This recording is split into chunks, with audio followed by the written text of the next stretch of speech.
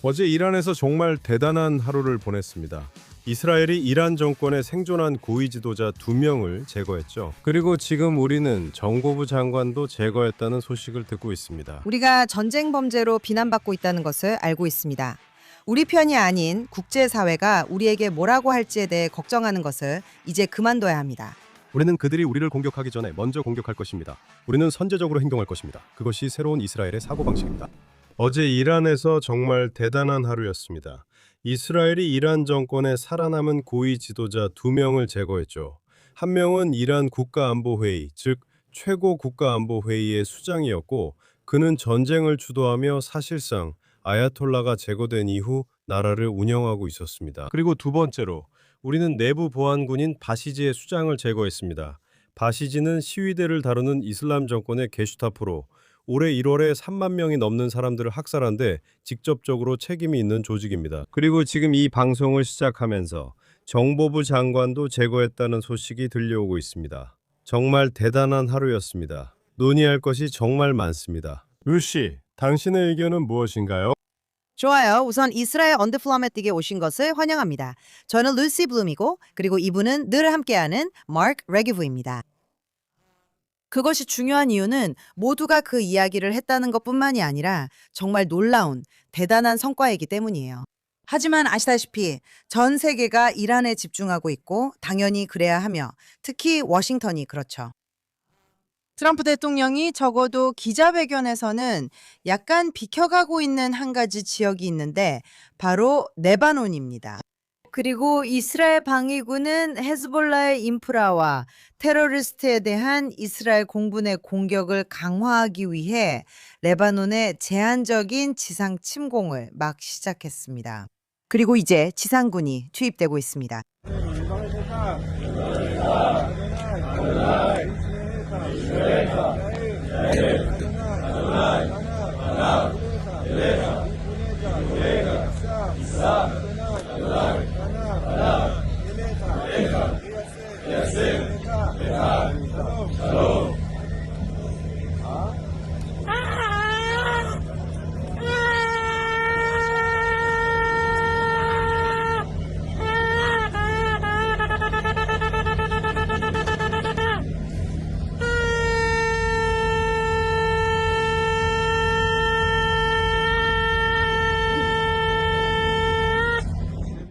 저걸 보세요. 저 젊은이들은 곧 전투에 투입될 예정입니다. 그들은 지금까지 벌어진 모든 일로 인해 약화되긴 했지만 여전히 결연하고 집요한 적과 마주하고 있습니다.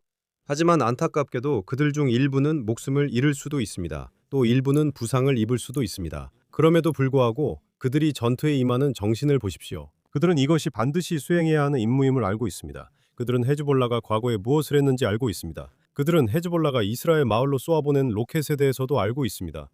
그들은 헤즈볼라가 반드시 최종적으로 패배시켜야 할 무자비한 적이라는 것을 알고 있습니다. 그리고 제 생각에 이스라엘 전체가, 그리고 아시다시피 이스라엘에서는 정치에 대해 논쟁하고 모든 이슈를 토론하는 것을 좋아합니다. 하지만 이번에 헤즈볼라를 완전히 제거해야 한다는 이 문제에 대해서는 강력하고 거대한 국민적 합의가 있습니다.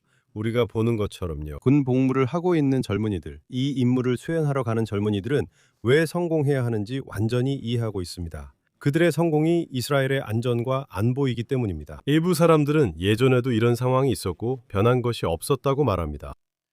하지만 그들은 틀렸습니다. 모든 것이 변했고 우리는 이제까지와 달리 레바논의 현실을 바꿀 기회를 갖고 있습니다. 첫 번째로 우리는 동시에 이란을 이 방정식에서 제외하고 있기 때문입니다. 그리고 이란이 헤즈볼라를 지원하지 않는다면, 즉 재정 지원, 군수 지원, 외교적, 정치적 지원, 훈련, 무기 지원이 없다면, 이 모든 것이 없다면 헤즈볼라는 과거처럼 스스로를 재건할 수 없습니다. 사실 이란의 그런 적극적인 지원이 없다면 헤즈볼라는 매우 곤란한 상황에 처하게 됩니다.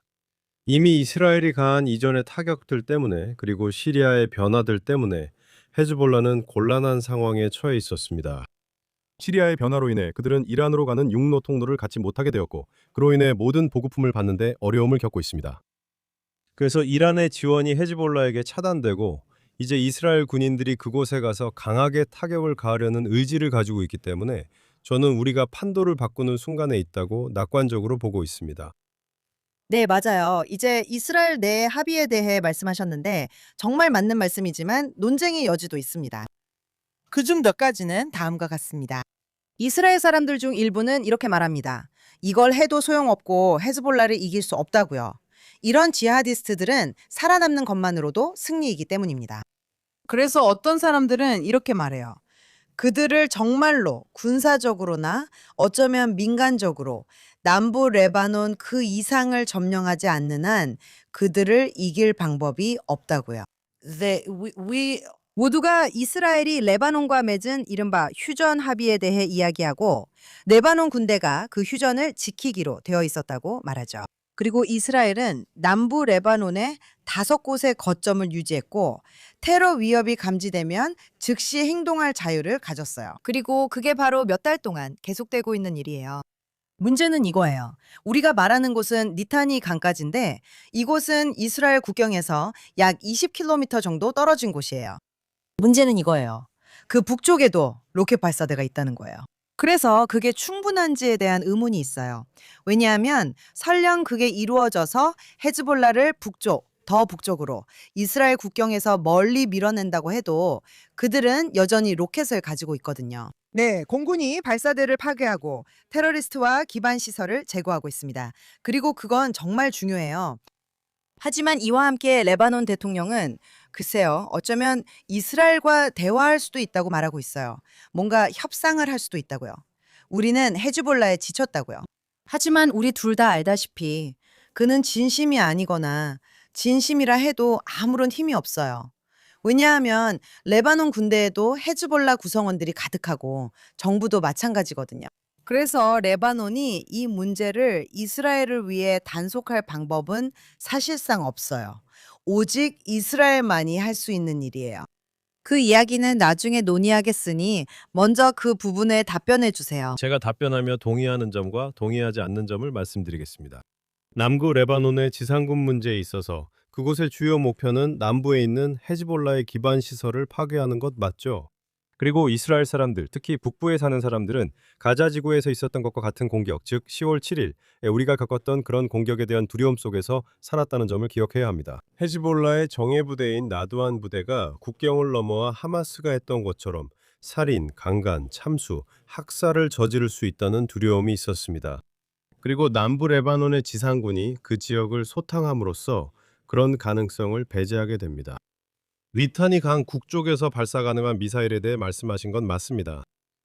우리가 그것들을 제거할 수 있고 실제로 제거하고 있지만 위협을 완전히 없앨 수는 없습니다. 하지만 예전에 제가 정부에 있었을 때, 지금은 최신 정보를 가지고 있지 않지만 회의에 앉아 있었던 기억이 납니다. 그때 사람들이 헤즈볼라가 보유하고 있다고 말했죠.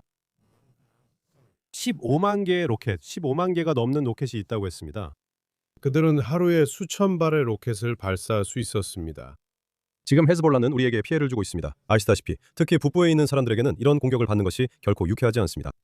하지만 그들은 수십 발의 로켓만 쏘고 있습니다. 즉 예전의 일부에 불과하고 과거의 그림자일 뿐입니다. 우리는 이기고 있습니다. 우리는 끈질기게 버티고 인내심을 가져야 합니다. 어제 총리도 빠른 해결책은 없다고 했습니다. 하지만 방향이 올바르다는 것은 의심의 여지가 없습니다. 그리고 제가 우리가 낙관할 수 있다고 생각하는 또 다른 이유를 말씀드리고 싶습니다. 우선 당신 말이 맞습니다. 레바논 정부는 과거와는 다르게 말하고 있습니다. 하지만 말은 쉽죠. 하지만 그들이 다르게 말하고 있고 이스라엘과 직접 대화를 원하며 헤즈볼라 군사 조직을 불법으로 선언하고 무장 해제를 요구하는 점은 분명합니다. 다만 아직 실질적 행동은 없습니다. 하지만 그들이 다르게 말하고 있다는 사실만으로도 레바논의 상황이 변하고 있다는 것을 보여줍니다. 트럼프는 항상 이란이 고립되어 있다고 말하고 이란이 고립되어 있다고 하지만 헤즈볼라도 고립되어 있습니다. 헤즈볼라는 매우 단호하고 강력하며 점점 더 강해지는 이스라엘과 맞서고 있습니다. 헤즈볼라는 과거와 달리 이스라엘이 그곳에 들어가서 임무를 수행하도록 미국이 허락한 상황에 직면해 있습니다. 두 번째로 헤즈볼라는 그 어느 때보다 레바논에서 고립되어 있습니다. 대부분의 레바논 사람들은 시아파 무슬림이 아닙니다. 그들은 기독교인이고 드루즈교도이며 수니파 무슬림입니다. 이들 모두가 헤즈볼라에 맞서 단결하여 너희가 레바논의 죽음과 파괴를 가져왔다고 말하고 있습니다. 이제 너희 군사 조직이 해체될 때라고 그들은 말하고 그렇게 믿고 있습니다. 헤즈볼라가 가져온 위험 때문에 북쪽으로 이동하는 이 사람들이 강제로 쫓겨나는 모습을 볼 때 그들은 헤즈볼라를 비난하고 있습니다. 자동적으로 이스라엘을 비난하던 사람들이 이제는 점점 더 헤즈볼라를 비난하고 있습니다. 그리고 마침내 헤즈볼라의 기반인 시아파 공동체 내부에서도 균열이 생기고 있습니다. 시아파 공동체의 사람들조차 헤즈볼라 도대체 무슨 짓을 한 거냐라고 말하고 있습니다. 헤즈볼라는 그 어느 때보다 약해졌습니다. 이제 제가 말씀드리자면 저도 당신처럼 레바논 정부에 대해서는 매우 회의적입니다. 하지만 여기서 작동할 수 있는 시나리오를 말씀드리겠습니다. 이스라엘이 헤즈볼라를 계속 약화시키고 또 약화시키면서 항상 헤즈볼라는 레바논 정부보다 훨씬 더 강력했습니다. 항상 훨씬 더 강력했죠. 이스라엘이 헤즈볼라를 계속 약화시키면 레바논 정부가 헤즈볼라를 상대할 수 있게 될 것입니다. 우리가 힘든 일을 해야 할 겁니다. 우리는 우리 군인들의 생명을 위험에 빠뜨려야 할 것입니다. 우리가 그 일을 해야 합니다. 하지만 결국 우리는 레바논 정부가 정말로 하고 싶어 하지만 지금까지는 할 수 없었던 일을 할 수 있는 현실을 만들어낼 것입니다. 그리고 제가 너무 많이 말해서 당신이 대답할 기회를 못 갖기 전에 마지막으로 한 가지 더 말씀드리자면 여기 시리아에 관한 것입니다. 보세요. 우리는 다마스쿠스에 있는 이 남자에 대해 아무런 환상이 없습니다. 그곳의 새로운 지도자, 전직 지하디스트였던 그 사람 말이죠. 하지만 그는 헤즈볼라를 싫어합니다. 그는 아주 오랜 기억을 가지고 있습니다. 헤즈볼라가 그의 나라와 그의 국민들에게 저지른 모든 피해 기억이죠. 시리아가 실제로 동레바논에서 헤즈볼라를 상대로 행동하는 걸 보더라도 이스라엘 지상군이 없는 곳에서 말이죠. 저는 전혀 놀라지 않을 겁니다. 그래서 헤즈볼라는 내부적으로 완전히 포위된 셈이죠. 남쪽에서는 이스라엘이, 동쪽에서는 시리아가 둘러싸고 있습니다. 헤즈볼라는 정말로 뭐라고 하죠? 커스터 장군이 리틀 비곤에서 있었던 상황과 비슷하다고 할 수 있습니다. 네, 지금이 바로 그들이 맞서야 할 순간입니다. 이게 한 번에 끝나는 일은 아니겠지만 우리는 매우 긍정적인 방향으로 나아가고 있습니다. 알겠어요, 아니에요. 제가 당신과 의견이 다르다는 건 아니에요. 저도 일반적으로 미래에 대해 낙관적인 편이에요. 만약 몇 가지 조건만 충족된다면요. 그리고 트럼프 대통령은 실제로 시리아에게 개입해서 동부 레바논으로 진입해 도와달라고 요청했어요. 시리아 군대가 그곳에 있는 게 그렇게 기쁘진 않아요. 그건 우리가 계속 주시해야 할 또 다른 영역이에요. 제 문제는 결의와 그리고 우리가 10월 7일에 실제로 큰 타격을 입은 이스라엘 전쟁의 전체 개념에 있어요. 우리는 그것을 컨셉샤라고 부르죠. 콘셉차에는 여러 가지 측면이 있지만 그중 하나는 그 뿌리에 있다고 생각해요. 다시 말하지만 다양한 측면이 있습니다. 하지만 그 핵심적인 뿌리 중 하나는 이스라엘이 항상 자랑하는 우리의 무기의 순수성이에요. 그리고 우리는 이스라엘 군대에서 무기의 순수성이라는 전체 교리를 가지고 있었어요. 이 교리는 아사 카셰르 교수에 의해 만들어졌는데 그는 지금 이스라엘의 수치라고 할 수 있어요. 왜냐하면 우리가 본 바로는 그 전체 교리는 민간인, 적 인구에게 해를 끼치지 않기 위해 할 수 있는 모든 것을 다 해야 한다는 것이었어요. 그건 좋은 거죠. 이스라엘 사람들 모두가 그 점에는 동의해요. 하지만 그건 지나쳤어요. 거기에는 극단적인 요소들이 있어요. 우리의 요점은 우리가 너무 도덕적이어야 한다는 건데 그게 어느 정도까지 갔냐면요. 저는 여러 해 전 제 네 아이가 각각 군대에 입대하기 전에 항상 이렇게 말했어요. 나는 너를 묘지에서 만나는 것보다 군 교도소에서 만나는 게 더 낫다. 군인들이 무엇을 해도 되는지 하면 안 되는지 알기 위해 법전을 들고 다녀야 했던 시기가 있었어요. 그리고 다른 상황에서는 전쟁 범죄도 아니고 그냥 자기 보호로 여겨질 행동들 때문에 많은 처벌을 받았어요. 그리고 우리가 수십 년 동안 레바논에게 말해온 것 중 하나가 바로 이거예요. 우리는 당신들과 당신 국민들에게 아무런 악감정이 없어요. 문제는 오직 헤즈볼라뿐이에요. 이런 정밀 타격 때문에 우리가 위험에 처했어요. 그리고 솔직히 우리 중 한 명이 있지만 누군지는 말하지 않겠어요. 한 명의 국방장관이 있었는데 그는 실제로 군 참모총장을 지냈던 사람이에요. 그는 적국 민간인을 보호하기 위해 자신의 부하들이 더 위험에 처하는 것을 감수할 준비가 되어 있다고 자랑스럽게 말했어요. 이제 그 모든 교리는 끝나야 해요. 그리고 우리가 보게 될 것은 우리가 전쟁 범죄로 비난받고 있다는 걸 알면서도 우리에게 발사된 이 탄도미사일에 집속탄 탄두가 장착되어 있다는 거예요. 그리고 국제사회는 이란이나 헤즈볼라가 벌이는 일에 대해 한마디도 하지 않고 있습니다. 그러니까 우리 편이 아닌 국제사회가 우리에게 뭐라고 할지 걱정하는 건 이제 그만둬야 해요. 사실 저는 우리 군인들을 위험에 빠뜨리고 싶지 않아요. 하지만 분명한 건 우리 본토를 지키기 위해서는 미안하지만 이제 이런 정밀 타격만으로는 안 된다는 거예요. 우리는 이렇게 말해야 합니다. 레바논 사람들도 트럼프가 유럽에 말한 것처럼 자신의 역할을 해야 합니다. 그렇지 않으면 여러분이 죽게 되고 우리는 그것을 원하지 않습니다. 그래서 당연히 우리는 그들에게 공격할 거니까 제발 비켜달라고 말하는 거예요. 아니요. 우리는 여러분을 다치게 하고 싶지 않지만 필요하다면 그렇게 할 수밖에 없다는 메시지를 전달해야 해요. 그러니까 당신들도 이제 바통을 받아서 당신들 쪽에서 헤즈볼라와 싸워야 해요. 만약 그렇게 하지 않으면 당신들도 위험에 처하게 되고 그건 우리의 잘못이 아니에요. 그것은 우리 국민의 안전을 위한 우리의 의무가 될 거예요. 즉 당신은 미국 국방장관 피트 헤그셋이 우리는 오랫동안 PC주의에 물든 군대를 가져왔다고 말하는데 동의하는군요. 당신 말이 맞는 것 같아요. 저는 이스라엘 군인들이 전쟁 범죄에 연루되는 걸 원하지 않습니다. 네, 그런 일은 절대 일어나면 안 되죠. 하지만 우리가 우리 국민을 위험에 빠뜨리고 적의 민간인들에게 우선순위를 둬야 한다는 생각은 제 생각엔 논리적이지 않습니다. 그건 논리적이지 않아요. 그리고 제 군인들의 목숨을 위험에 빠뜨려야 한다는 생각, 그건 과거에도 결코 없었던 일이라고 생각합니다. 이스라엘이 그렇게 하길 기대하는 건 그냥 잘못된 겁니다. 그리고 우리가 과거에 그런 실수를 저질렀다면 전쟁은 지옥이라는 걸 알아야 합니다. 전쟁은 어렵습니다. 우리는 전쟁에서 결정적인 승리를 원합니다. 우리는 우리 국민을 보호하고 싶습니다. 우리는 더 결정적인 전쟁을 원하며 전쟁이 빨리 끝나야 더 많은 생명이 구해집니다. 그래서 저도 그 모든 것에 동의합니다. 그리고 당신이 말한 그 개념에도 저도 동의합니다. 그게 2023년 10월 7일 은 전환점이었습니다. 수년 동안 우리는 국경 너머 또는 이란에 대해 말하자면 지평선 너머에 있는 위협들을 허용해 왔습니다. 우리는 상황이 조용하기만 하면 그런 위협들이 골마가도록 내버려 두었습니다. 그리고 우리는 조용하면 조용한 거다라고 말했죠. 우리는 시간을 벌었습니다. 그리고 그건 분명히 가자 지구에서 일어났습니다. 수년 동안 하마스는 그 조용한 시기를 이용해 막강한 군사 조직을 구축했습니다. 그리고 그들에게 적절한 순간이라고 생각했을 때 그들은 불행하게도 맹렬하고 치명적인 성공으로 우리를 공격했습니다. 그들은 2023년 10월 7일에 1200명의 이스라엘인과 다른 외국인들을 살해했습니다. 왜냐하면 우리는 조용하면 조용할 것이라고 말했기 때문입니다.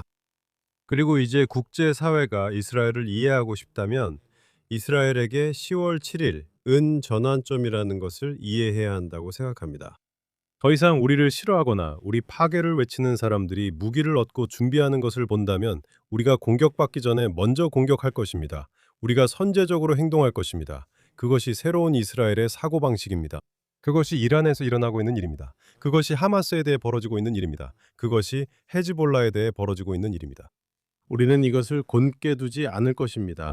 미국, 이스라엘, 유럽에는 하지만 그들이 당신을 공격하지는 않았잖아요 라고 말하는 순진한 사람들이 있습니다. 유감이지만 어쩔 수 없습니다. 그들이 먼저 나를 공격할 때까지 기다린다면 나는 이미 너무 오래 기다린 겁니다. 그들이 우리를 공격하기 전에 내가 먼저 그들을 치고 싶습니다. 이제 법률가들 중에서 아주 단순하게 생각하는 사람들은 알다시피 그들이 아직 범죄를 저지르지 않았으니 어떻게 그들을 공격할 수 있냐고 말합니다. 아니요. 그들은 무기를 가지고 있습니다. 그들은 당신을 죽이고 싶다 하고 당신은 믿습니다.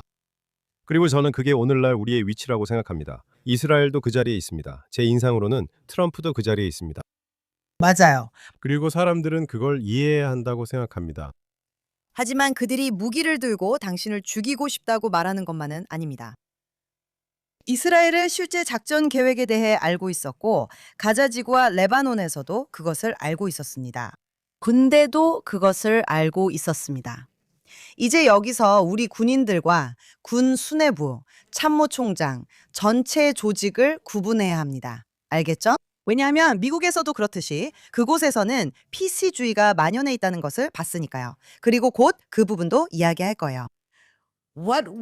가장 큰 실수 중 하나는 적이 우리를 계속 안심시키는 것뿐만 아니라 우리가 조용한 상태를 좋아한다는 거예요. 그래서 그들이 10월 7일을 준비하고 있을 때 우리는 그걸 받고 알고 있었어요. 그런데도 우리는 그래, 그건 그냥 하나의 문제일 뿐이야 라고 말했죠. 우리는 그들을 더 자극하고 싶지 않았어요. 그래서 10월 6일 밤, 한밤중에도 그랬죠. 지금 밝혀지고 있는 것 중 하나는 우리는 가자 지구에 들어갈 준비를 시작하고 싶지 않다고 말했어요. 왜냐하면 하마스가 우리가 준비하는 걸 보면 그들이 공격할 것이기 때문이죠. 네, 그게 바로 생각이었어요. 우리는 하마스가 우리가 뭔가를 하는 걸 보길 원하지 않았어요. 왜냐하면 그러면 하마스가 이스라엘이 선제 공격을 하려나 보다. 그럼 우리가 먼저 공격하자라고 생각할 테니까요. 그건 어리석었고 결국에는 사악한 결정이었어요. 물론 의도적으로 사악했던 건 아니었어요. 그 결정이 그렇게 된 이유는 모든 살인과 강간, 그리고 납치 때문이었어요. 정말 끔찍한 결정이 되고 말았죠. 하지만 우리는 헤즈볼라와 관련해서 그런 흔적들을 아직도 볼 수 있어요. 그리고 며칠 전에 흥미로운 일이 있었는데 아마 이틀 전이었던 것 같아요. 첫째로 헤즈볼라는 밤새 대규모 공격을 계획하고 있었어요. 그리고 군대와 후방사령부는 우리에게 그 사실을 알리지 않기로 결정했어요. 맞아요. 로켓이 날아올 때마다 항상 경보나 사이렌이 울려요. 그들은 의식적으로 이런 일이 일어날 거라는 사실을 대중에게 알리지 않기로 결정했어요. 제 생각에 두 가지 이유가 있었어요. 하나는 그들이 공황을 일으키고 싶지 않았다고 했지만 말도 안 돼요. 그리고 미안하지만 탄도미사일이 발사된다면 당황할 수 있죠. 그래도 대피소로 달릴 수 있을 거예요. 다른 이유는 이란과 레바논에 있는 적들에게 우리가 그들의 계획을 알고 있다는 사실을 들키지 않으려는 것이었어요. 왜냐하면 우리가 어떤 선제 공격을 준비하고 있었기 때문이죠. 정말 엉망이었어요. 이스라엘 사람들은 대피소로 달려갔고 헤즈볼라도 밤새 공격을 했죠. 하지만 우리가 아무런 통보도 받지 못했다는 사실에 사람들은 분노했고 그럴 만도 했어요. 그게 도대체 무슨 경우예요? 그리고 그 일은 예전에 잘못된 고정관념을 떠올리게 했어요. 죄송해요. 네. 적에게는 우리가 잡으러 간다고 말하죠. 하지만 국민에게 밤새 공격받을 거라고 알리지 않는 건 옳지 않아요. 정말 죄송하지만 그건 정말 화나는 일이었어요. 그래서 어제 오후에 군대와 민방위 사령부가 계속 반복해서 말했어요. 방송에 나와서 오늘 밤 헤즈볼라가 이란과 함께 공동 작전을 계획하고 있다고 말했어요. 저기서도 또 저기서도 로켓과 미사일, 그러니까 탄도 미사일을 발사할 거라고 했죠. 그리고 대중에게 경고했어요. 오늘 밤은 힘든 밤이 될 거라고요. 오늘 밤은 힘든 밤이 될 거라고요. 그리고 그들은 경고했어요. 그리고 그들은 단순히 경고만 한 것이 아니라 텔레비전 화면 하단에 자막에도 경고가 떴어요. 헤즈볼라가 곧 공격을 시작할 거라고요. 왜냐하면 대중들이 어떻게 우리에게 이런 일을 할 수 있냐고 했기 때문이에요. 그래서 밤새도록 나라 중심부에도 심각한 공격이 있었지만 주로 북쪽에서 일어났어요. 그리고 정말로 우리는 그곳에 사는 사람들에게 깊은 동정심을 느껴요. 그들은 거의 시간이 없어서 대피소로 들어갈 시간이 아마 1초밖에 없을 거예요. 정말 재앙이에요. 하지만 그렇기 때문에 우리는 완전한 승리, 적의 패배와 이스라엘의 승리를 목표로 해야 해요. 우리는 그렇게 해야 해요. 사람들은 그렇게 살 수 없으니까요. 그래서 말하자면 북부 이스라엘 사람들은 정말 힘들어요. 그들은 시간이 거의 없거든요. 우리는 중부에 있잖아요. 맞죠? 우리는 그들이 사이렌이 곧 울릴 거라고 경고를 해줘요. 그게 때로는 5분, 때로는 3분이지만 그래도 준비할 시간을 주죠. 오직 이란에서만요. 헤즈볼라 소행은 아니지만 공격은 맞아요. 그리고 사이렌이 울리면 대피소로 가기 위해 1분 30초 정도의 시간이 주어져요. 북쪽 사람들은 그런 시간이 없어요.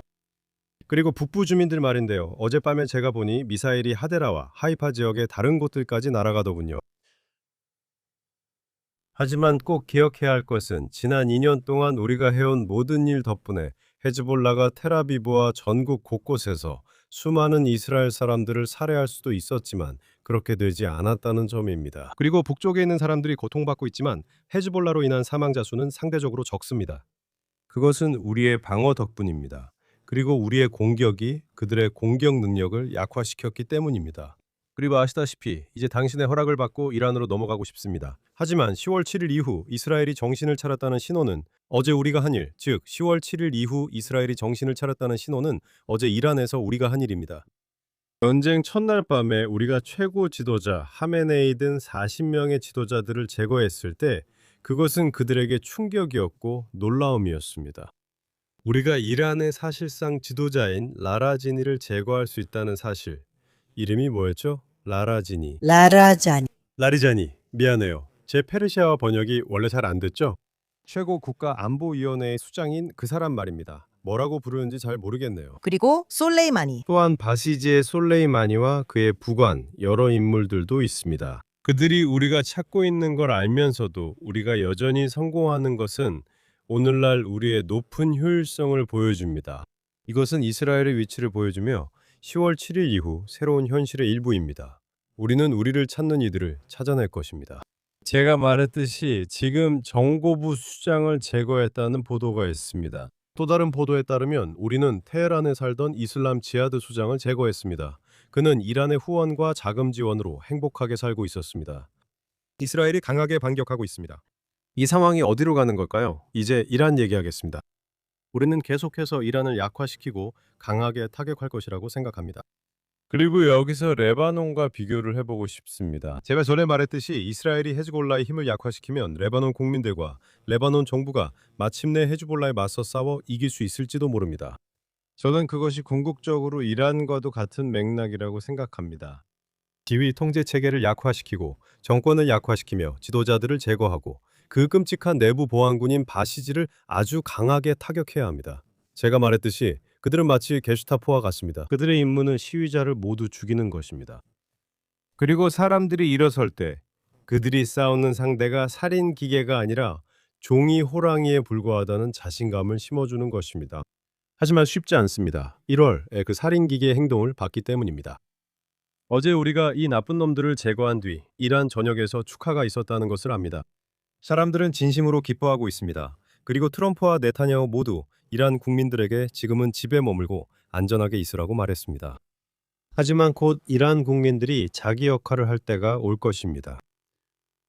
우리가 계속 그들을 도울 수도 있습니다. 하지만 그건 그들이 정권이 충분히 약화되었다고 느끼는 시점입니다. 정권이 약화되어 사람들이 거리에서 변화를 시도할 위험을 감수하게 된 것입니다. 이는 분명한 위험입니다. 그리고 참고로 좋은 지적이신데 그들도 우리를 돕고 있습니다. 우리가 어떻게 바시지의 수장뿐 아니라 본부까지 겨냥할 수 있을 만큼 많은 정보를 얻게 되었는지 생각해 보신 적 있으신가요? 그리고 진짜 중요한 건 우리가 본부를 직접 겨냥하고 있다는 점입니다. 이란 전역에는 바시지의 지역 본부들이 있습니다. 이란은 정말 거대해요. 엄청나게 넓죠. 알겠죠? 이스라엘과는 달라요. 이란은 정말 큽니다. 그리고 나라 곳곳에 바시지 전초기지가 있고 우리가 바로 그곳들을 겨냥하고 있어요. 그래서 글쎄요. 수백 명은 죽였겠지만 아직도 더 남아 있습니다. 이스라엘 사람들은 새 지도자가 또 생길 거야. 네가 암살해도 또 다른 사람이 나타날 거야. 라는 말을 자주 해요. 이건 지하디스트들에게 사실이에요. 그들에게 승리란 살아남거나 흔적만 남아도 승리이기 때문이죠.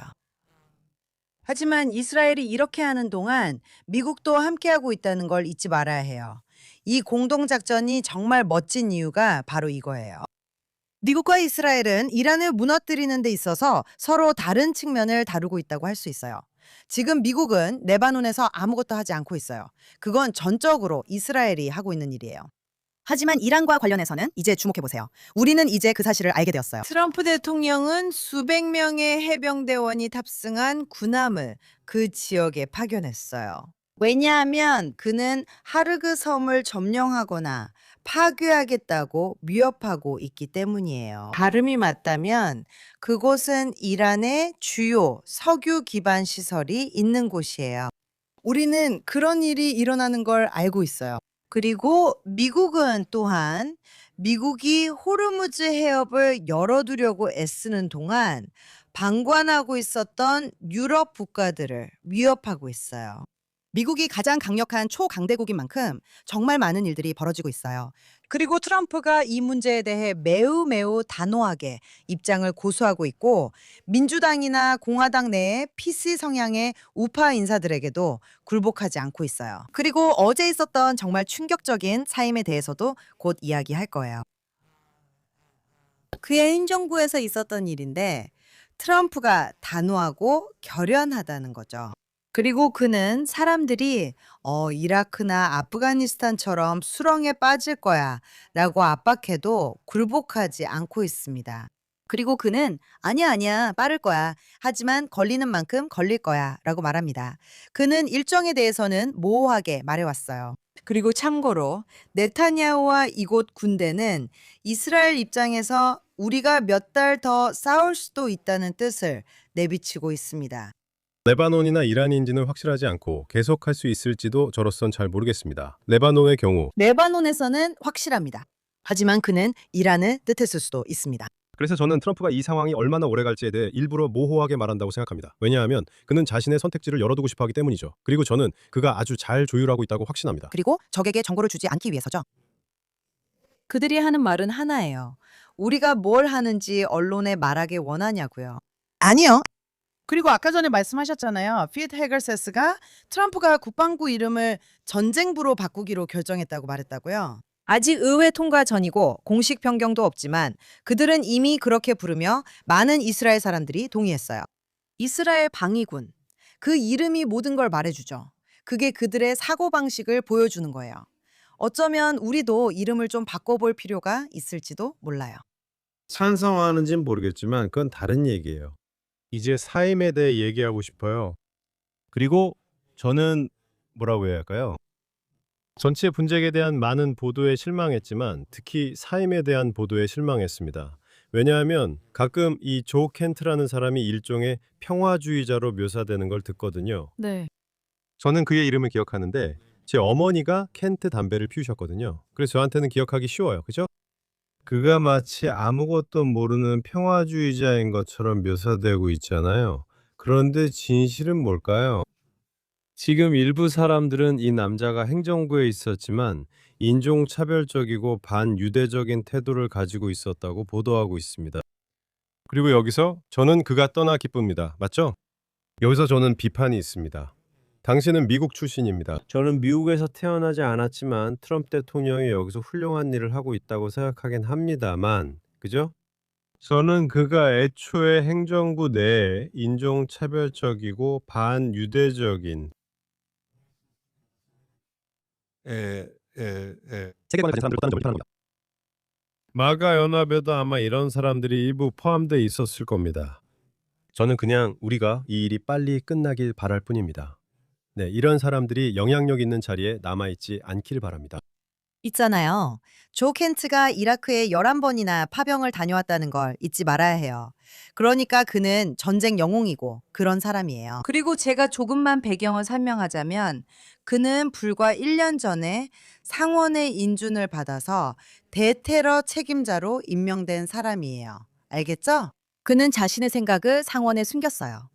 그는 분명히 거짓말을 했죠. 갑자기 태도를 바꾼 게 아니라면요. 하지만 그가 했던 말은 네, 이란은 위협이고 저는 그 점을 지지할 것이며 이런 모든 것들을 하겠다는 거였어요. 그리고 그는 심지어 2020년에 했던 트윗이나 발언들에서 이 모든 것이 이스라엘을 위한 것이라고 말했어요. 네, 이런 것들이요. 그러니까 먼저 트럼프가 그를 신나치 지지자로 보지 않았다고 일단 믿어줍시다. 또 한 가지는 미국에서 그로이퍼들과 인셀들 그리고 신나치 지지자들이 트럼프에게 투표하는 경향이 있었다는 건 사실이에요. 맞아요. 그리고 우리는 터커 칼슨도 알고 있죠. 칼슨은 트럼프의 핵심 측근이었죠. 하지만 우리가 또 아는 것은 트럼프가 그들을 거부했다는 거예요. 그는 다행히 공개적으로 아니야, 그게 마가가 아니야 라고 했어요. 나는 반유대주의를 거부해요. 나는 그런 사람들, 터커 칼슨과 메건 켈리, 그리고 캔디스 오원스를 거부합니다. 그는 아니야, 그 사람들은 이라며 너희는 바보야, 무슨 말을 하는지 몰라 라고 했어요. 그리고 또 저는 투시 게버드, 국가정보국장이 곧 그만둘 것 같은 느낌이 들어요. 왜냐하면 그녀가 조 켄트의 상사였거든요. 그리고 그녀는 1년 전에 이란은 위협이 아니다라고 말했어요. 그리고 나서 그 말을 어느 정도 번복해야 했죠. 정말 농담하는 거냐는 생각이 들었어요. 그러니까 그런 사람들이 책임자라는 거죠. 그래서 트럼프가 내부를 정리하고 있는데 그건 중요한 일이에요. 그가 실수를 했던 거죠. 하지만 그는 나는 항상 켄트를 약하다고 생각했다고 말했어요. 만약 항상 그를 약하다고 생각했다면 왜 그 자리에 임명했나요? 그래도 괜찮아요. 적어도 그 일로 인해 트럼프가 마가의 그 부분에 계속해서 맞서게 만들고 있으니까요. 그리고 그는 꾸준히 그렇게 해왔어요. 저는 조 켄트에 대해 한 가지를 더 덧붙이고 싶은데요. 그것은 우리가 극좌와 극우의 말구평 현상을 어떻게 보는지에 관한 거예요. 조 켄트의 첫 번째 아내는 시리아에서 발생한 ISIS 자살 폭탄 테러로 목숨을 잃었어요. 그녀는 군인이었고 미국이 시리아에서 전투를 벌이고 있던 때였어요. 그는 이제 이스라엘이 그녀의 죽음에 책임이 있다고 말하고 있어요. 그는 또한 이스라엘이 미국을 이라크 전쟁에 끌어들였다고 말하고 있는데 그것은 완전한 거짓말이에요. 그리고 이제 그는 이란이 위협이 아니라고 말하면서 이스라엘이 압박하고 있다고 해요. 이스라엘이 트럼프에게 이란이 어떤 위협이라고 설득했다는 거죠. 그는 사직서에서 터무니없는 말을 했어요. 그리고 있잖아요. 좋아요. 이제 모두 공개됐으니까요. 마크 레빈이 이렇게 말할 정도예요. 그래, 내가 보기엔 이틀 안에 그가 터커 컬슨의 팟캐스트랑 캔디스 원스의 쇼에 나올 거야. 사실 이미 그를 초대했다고 생각해요. 하지만 그의 현재 아내, 그러니까 2019년에 사망한 첫 번째 아내가 아니라 지금의 아내는 극좌 성향의 급진주의자예요. 보세요. 극우와 극좌가 만나는 장면입니다. 우리는 실제로 그런 일을 보고 있습니다. 그리고 저는 트럼프는 그 점에 대해 분명히 밝혔어요. 그는 그런 사람들의 편이 아니라고요. 여기서 제가 한 가지 말씀드리고 싶습니다. 아까 유럽인들과 미국인들 사이의 대서양 양안 관계 문제에 대해 잠깐 언급하셨죠. 기본적으로 트럼프는 뭐라고 말하나요? 물론 제가 의역해서 말씀드리는 거지만 사실 트럼프는 워낙 트럼프답게 말해서 의역하기도 힘들죠. 네. 하지만 트럼프가 하는 말은 이런 겁니다. 우리가 제2차 세계대전이 끝난 이후 냉전 기간 내내 이 나라들을 보호해왔고 2차 대전 때는 그들을 구했고 그 이후로도 계속 보호해왔다는 거죠.